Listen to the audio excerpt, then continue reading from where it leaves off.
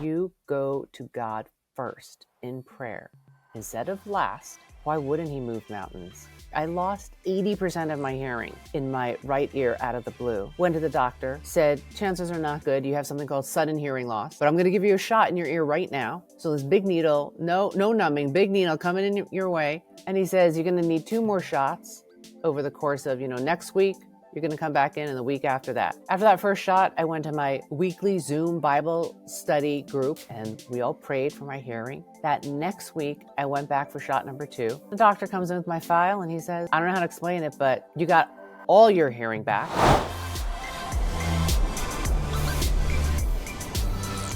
Julie, welcome to the happy hour. Thanks, Jamie. Thank you for having me. I'm so happy to have you. I do not want to make this a show about Big Brother, but I did text 2 of my friends and say, you are not going to believe who I'm getting to chat with today, Julie Chen Moonves. And so I'm so happy that you're here. And so I don't really need to give much introduction for you, but Julie, I did not know that Big Brother has been on the air for like 23 years. Yes, we started in summer of 2000 and we are in the midst of our 25th season, because we did 2 in 1 calendar year because of the writer's strike back in 2007, 2008. And here we are again. How do you guys get around it? Because our reality show, we don't have writers. It's reality. It's not scripted. I love it. Well, gosh, what was I doing in July of 2000? I was not yet married. And so just like, man, a lot of my life has gone in there, and you've had a lot of life in that time as well. Oh my gosh. Yeah, I was single too, This is so crazy. So crazy. Well, our family loves watching Big Brother in the summer, so I'm glad you're here. You have released a memoir audiobook last month, and I want to chat with you about it. First of all, as an author and a creator, what was your decision to put it out in audio form only? It was actually a suggestion from Simon & Schuster because they wanted to, when you have the author, and the author is someone who is a broadcaster who, spent many years on a daytime talk show talking about my personal life, they thought this will be different in that we get to hear the author just tell us a story, almost like listening to a long podcast, instead of like reading from a book. So it was, a different kind of experience that they wanted to offer listeners. I think it's wonderful. When I I'm a big audiobook listener. And so when I do listen to audiobooks, especially if it's a memoir or someone's story and they read it, it's head over. It is so much better than reading the book. I can think of a couple I've read recently. Have you listened to Viola Davis's memoir? No, not yet, but I heard that one is amazing. I've been listening to Kathy Lee Gifford's. She has a few. Yes. And to hear her tell her story, and she is a woman of God. I mean, we grew up with her voice, right? In our homes, watching her. So, but I could see that. I understand that. It's so good. It's so good. Well, your memoir is called But First, God, an audio memoir of spiritual discovery. And it came out in September. And I would love to just chat a little bit about that. You write about how for the first 48 years of your life, you can answer this question on purpose, not on purpose. You spent those years kind of ignoring God. So I'd love to hear about what your life was like before 2018. I grew up in Queens, New York, and the youngest of 3 girls, and we were not a church-going family. However, that being said, my parents did have a crucifix on the wall in their room because, oddly enough, my mom, who was born and raised in Burma, although she is 100% Chinese, her mom was Buddhist. Okay. And my mom decided at age 17, she wanted to be a practicing Catholic. And she even thought about becoming a nun and going to Africa and spreading the word. But I didn't know any of this growing up. We didn't talk about it. My parents wore like a cross around their neck, but they never spoke to me about God. But, I guess what was more powerful is watching them live. And, they do live as I think we are, supposed to live, obey the word. But, I would do prayer, I think because I saw it on TV on like Little House on the Prairie. My sister and I shared a room. One of my sisters and I would, and at, every night before going to sleep, you pray I would pray the same prayer for my family of 5 to be healthy, wealthy, and wise. Healthy, wealthy, and wise. And that's it, and it was kind of by rote. And then as I got older, I ended up going to Catholic high school, but not because I wanted to go to a Catholic high school. It was because I didn't get into the Bronx High School of Science, which is a very prestigious school in New York City that my 2 older sisters got into. And because I didn't get in, I didn't pass the test. I didn't score high enough to get accepted. I was either going to be zoned to the public school where I lived, and my mom wasn't crazy about that because she just wasn't crazy about that. And she said, why don't we try and get you applied to St. Francis Prep? Half of your junior high school friends have either gone to Bronx Science or St. Francis Prep, and a handful to Bayside High. And I had to apply. I already missed kind of like the most people on ramp as freshmen, but I had to write a letter, do interviews, and then they accepted me to enter as a sophomore. And even still, as I was in a Catholic high school, I was ignoring God. Yeah. I never studied the Bible. I felt very intimidated by the Bible and also by my classmates because most of these kids had gone to a Catholic school since kindergarten. And the religion classes we took were like morality, so there was no Bible study. And then I, went about my way, went to college, started working, and I was just so focused on trying to start my career. And, I never even prayed to God, like, oh, please get me this job or like, please get me into this college. None of that. And anytime I did accomplish something, I gave myself the glory. Why wouldn't I? It wasn't because of God's hands. It was because of my hard work. So I just never had him in my life. Maybe once in a while, if I got really sick, had a bad flu, then I'd find myself praying to God. When times are when the chips are down, it would be like, oh my gosh, if you take this fever away and you heal me, I'll start praying every day. I'll start going to church. Then you get better and you don't even think about God. Right. I remember when I was in college, I grew up going to church my whole life. So but I didn't start really following Jesus and wanting to be a Christian until I was 21. So I remember early in college, Julie, I was wild and crazy. And I would pray those prayers. God, if you will just get me through this night, like I will be a good girl if you will just let this night end. And so I think we've all found ourselves in those moments of like, okay, I'm going to pray to something or whatever it might be. Just out of like, we would have seen it before. So you're living your life, your career is beginning. You are really becoming a successful in your career. And so I often think that oftentimes when people are successful in their career and they're successful in life, I do think sometimes it is harder for us to desire God because like you were just saying, we think, well, what's my need? What do I need God for? Would you say you would have found yourself there? Oh, absolutely. I was like, I got here on my own. Things are going great. And also, my career work was my false idol. That was the first thing, that was the most important thing in my life. And, I was also very busy. And when you're busy, you don't stop and sit still and think of God or thank him for anything that he has given you, and he has given us everything. So I was like this busy little bee, didn't think about God, didn't think about anything but myself, my ego, my selfish ways. How can I,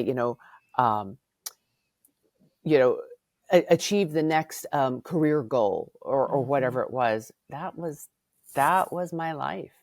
Yeah. What was it in your life, would you say, that brought you to realizing, I think I need more than what I can give myself? Oh my gosh. There was my time in the wilderness was I was 48, and I was basically pushed into a corner where I was forced to leave the job that I loved, that really Mm, identified who I was, um, co-hosting a daytime talk show.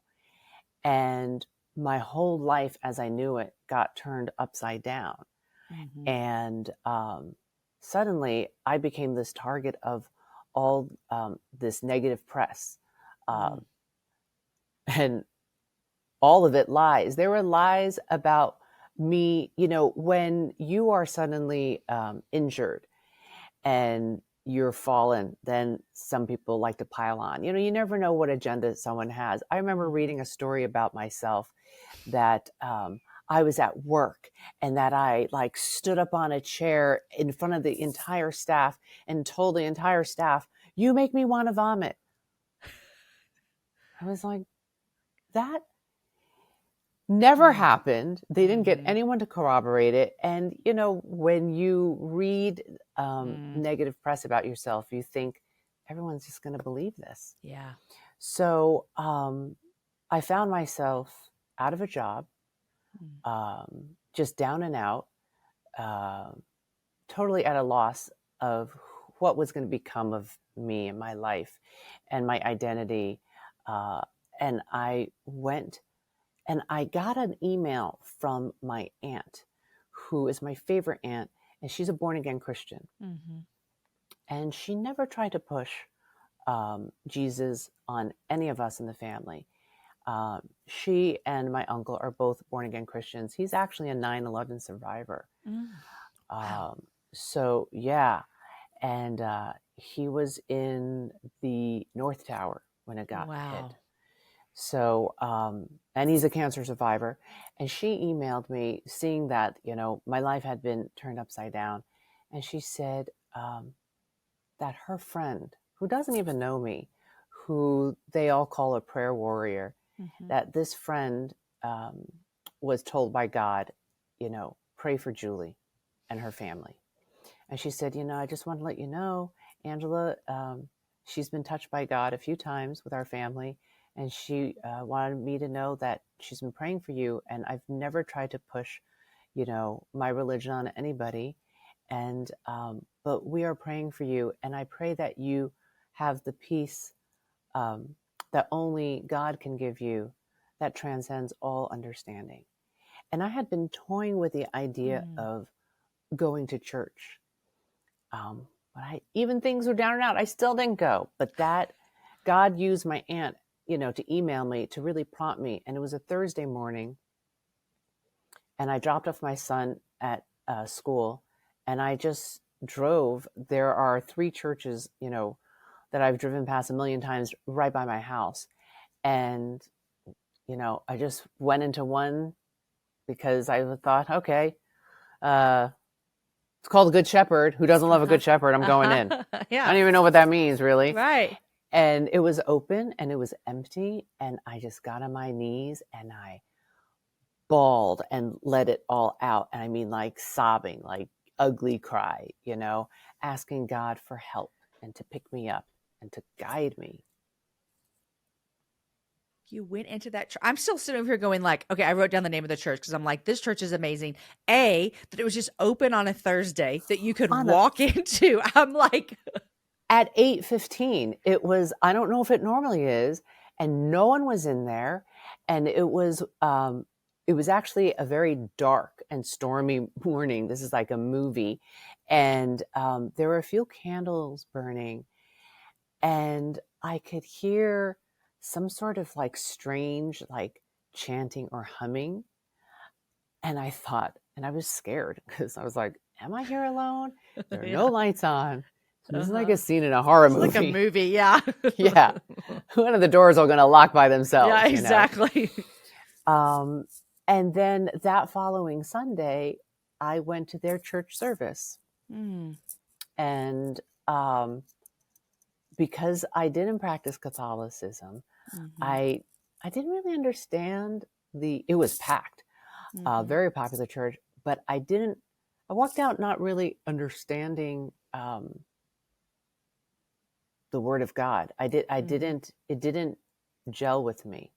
So I thought, okay, next Sunday I'm going to go to one of these other churches. They're all right in a row. Right And I there in a kind of row, yeah. went church shopping. And then the second one I went into, I got the time wrong of the service. And it was actually rented out for like a meeting. Um, and it wasn't service. So then I hopped over to the last one. And the last one, it was bright. It was a Presbyterian church. It was so easy for me to understand. It was so Mm-hmm. welcoming. And I felt, okay, this is my church home. This is where I'm going Mm. to start going. And I And still go. you still go there. I still go there. I And love it. during, the pandemic, they had Zoom service. I would Mm-hmm. watch that. Yeah. And it was only about 3 or 4 months ago, I started going back in person. That's awesome. I love hearing people's stories of coming to faith, and there's always all usually always there's some kind of like, and this just happened out of the blue, and it made me think about the email that your aunt sent you. Obviously you knew that she was a born again Christian, obviously you knew where she stood, but it was as if God just ordained this moment for her to send you this email that her friend Angela was praying for you in a moment when you really were feeling like I need prayer so desperately, even if you didn't know that. And I always think it's amazing the way God orchestrates things in our life to bring us back to Yes. him. Yes. And I didn't know the power of prayer. I mean, now looking back as we're talking about it, I'm like, wow, here's this woman, Angela, I don't know, praying for me. Mm-hmm. And, you know, God used her, touched her heart. And me reading, like, here's someone who's never met me, doesn't know me, has no skin in the game, praying for me. Mm-hmm. Like, that really moved my heart. Yeah. And since that time, I have seen firsthand the power of prayer. Wow. When you go to God first in prayer instead of last, Mm-hmm. why wouldn't he move mountains? Mm-hmm. He can perform anything. I've Yeah. had a medical miracle through the Mm. power of prayer. Mm-hmm. I I lost 80% of my hearing in my right ear out of the blue. Went to the doctor, said chances are not good. You have something called sudden hearing loss. We don't really know what causes it, but I'm going to give you a shot in your ear right now. So this big needle, no numbing, big needle coming in your way. Oh. And he says, you're going to need 2 more shots over the course of, next week. You're going to come back in and the week after that. And there's, a 30% chance you'll get your hearing back. After that first shot, I went to my weekly Zoom Bible study group. And at the end, they take prayer requests. And we all prayed for my hearing. That next week, I went back for shot number 2. And they first do a hearing test. The doctor comes in with my file and he says, well, I don't know how to explain it, but you got all your hearing back and you don't need the second shot. But since you're here, if you want it, we can give it to you. I said, no, I'm good. And I told him what had happened. And I said, can I call this a medical miracle? He said, absolutely. Wow. Wow. I love hearing what you've seen God work in your life since then. And that was 2018. And here you are. And you said earlier that your career had become such an idol for you early in your life. And so I would love to hear for you on the other side of this faith journey of yours. You still have the same career. You're still doing the same thing. There wasn't a sudden change and like now Julie now is a pharmacist or Julie now, owns a school and she teaches kids. Like you're still in media. How has that changed for you after this faith journey? Previously, before God, this is my idol, this is everything. And now, what does that look like for you, your career? Oh my gosh. Now I bring God with me into work. I will start, every meeting in prayer. I will pray when I walk out on set. I will pray, during rehearsals. I will pray, and actually that first summer of the pandemic, at the end of the season, I gave everyone a Bible. At the end of Big Brother? Yeah. I gave everyone on staff a Bible and a little goodie bag, but the Bible was like the main thing. And some people loved it. And some people were baffled by it and didn't know what to make of it. Yeah. And actually went to HR. And I got a phone call saying like, hey, listen, we just have to make this clear that this is like a personal gift from you. It's not like you better, follow in line with Julie's beliefs if you want to continue working here. Right. You have to make that very clear. And, when I became a Jesus follower and started going back to work, there was a peace and calm about me that others who have been working with me for decades saw. They said, I've never seen you so at peace. Wow. That's live television. Mm-hmm. I didn't sweat the small stuff anymore. I looked through, I also looked at the house guests differently. Before, I would stand in judgment of them. Now I put on my Jesus lenses and I try and view them the way God does. Wow. God created all of them, and we all have our flaws, and let me not stand in judgment and find the treasure, lift them up somehow, pray for them. And then I also started to end each episode with a little piece of scripture, which is simply love one another. That's God. That's what you say when you sign off? Yeah. Love one another. I started that the last 3 seasons. In the beginning, I would try and do different sign-offs every week. And it got a little bit challenging because at times, the showrunner, she would say like I remember one time I said like, leave the judging to the judge. Right. Because I was tired of, it broke my heart that so many viewers would like sit there and judge and write mean things about the house guests or their behavior or, what they did in the house. So I said, leave the judging to the judge. And my showrunner, she was like, the fans are going to think that you're talking about the game. It sounds very cryptic. It's going to confuse people. They're going to read into it where there's nothing. So then there's like a secret clue. Yes. Something. Yeah. Is it the jury? Who's the judge? Like, exactly. Yeah. Competition. And my girlfriend in Christ, I expressed to her, I'm really struggling with this. And she said, you know what, Julie? Just sign off. Love one another. That's it. I started doing that in 2020. Love one another. I said, yeah, that's the ticket. So I guess it's been 4 years. I love it. Yeah. Yeah. That's so great. You mentioned Big Brother, and by the time we're recording this, I don't know how many weeks are we into this? We'll 2? have a month left. Yes. Okay. The finale is November 9th. I want to ask you a couple of questions since I have you here, because this is my moment. Do it. First of all, last night we're behind. So today's Friday. There was a show Wednesday. We've just seen Sundays. That's it. So we're behind one. So there you go. That's where I'm coming from.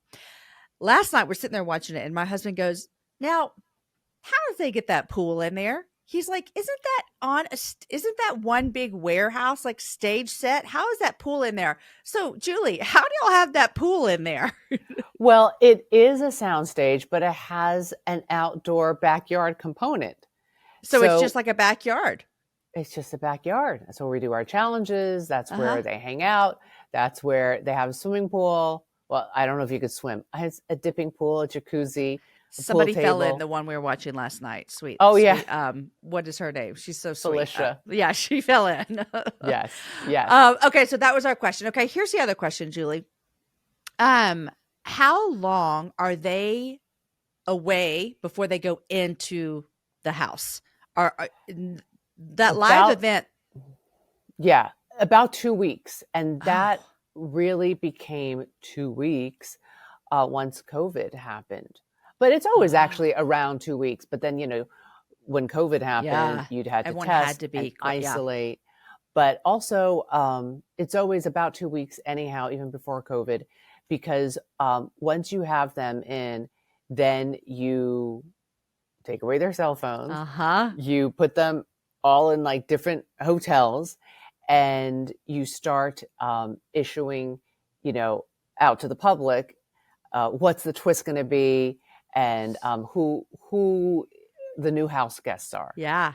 But So you so have they to make start their sure they bubble can't see any process. of it. None. What do you think? Big Brother has been so successful. What do you think it is that people love about this show? I mean, I could tell you what I love, but what is it that keeps it going? Like, why do people keep coming back year after year for this? It's something that all ages can watch. And a lot of Hmm. families, like your family, We my watch it family, together. Hmm. watch it together. Families across the country from each other who, maybe cousins who didn't really know each other, but found each other on Facebook. They bond over it. Uh-huh. It's the relationships. Hmm. We usually have a showmance. Um, you always have someone that you love to root for and that you love to root against. Uh-huh.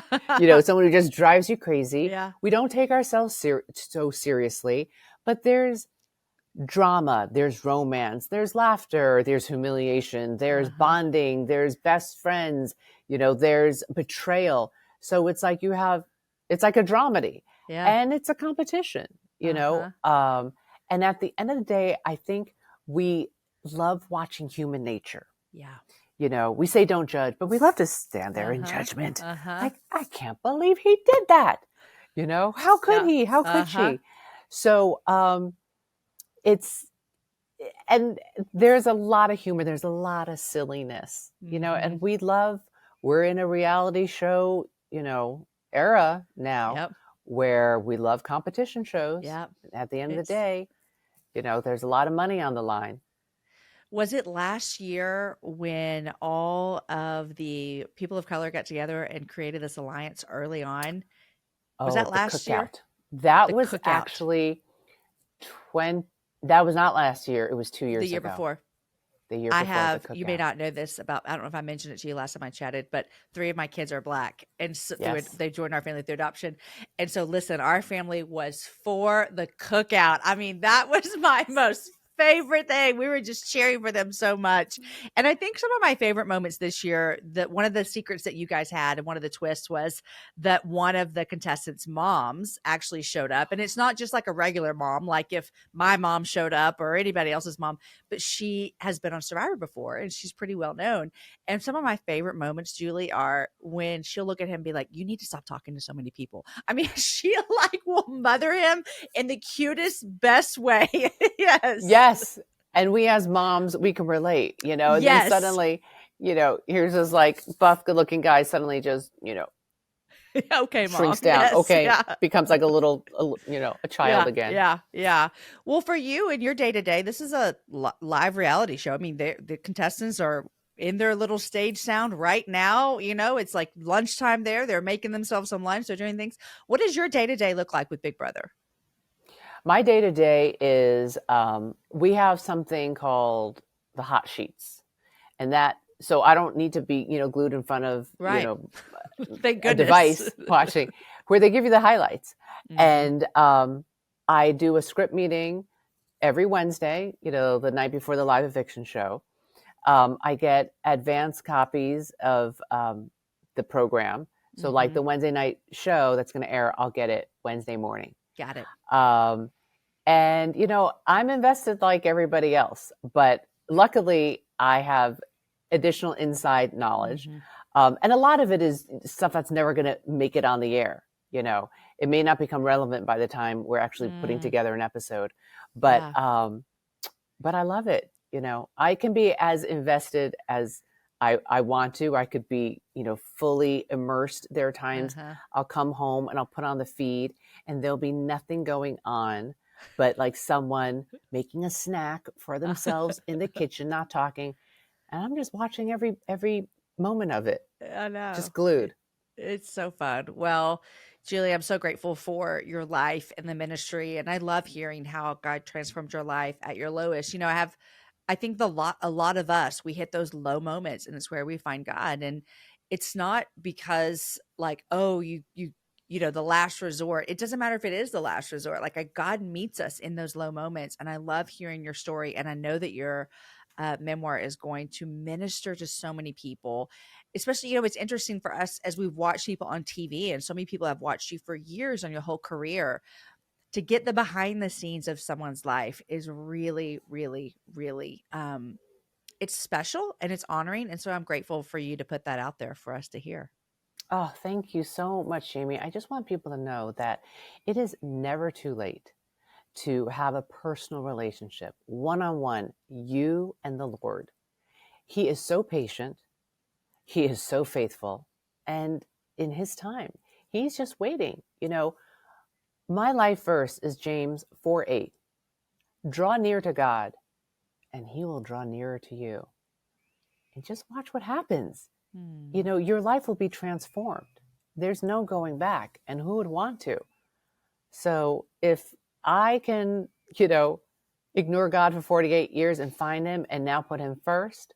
And the title is But First God, because I'm known for saying I'm Big Brother, but first. But first, it's day 37. This, that, but first. Yeah. And now I'm like, but first, God. Yeah.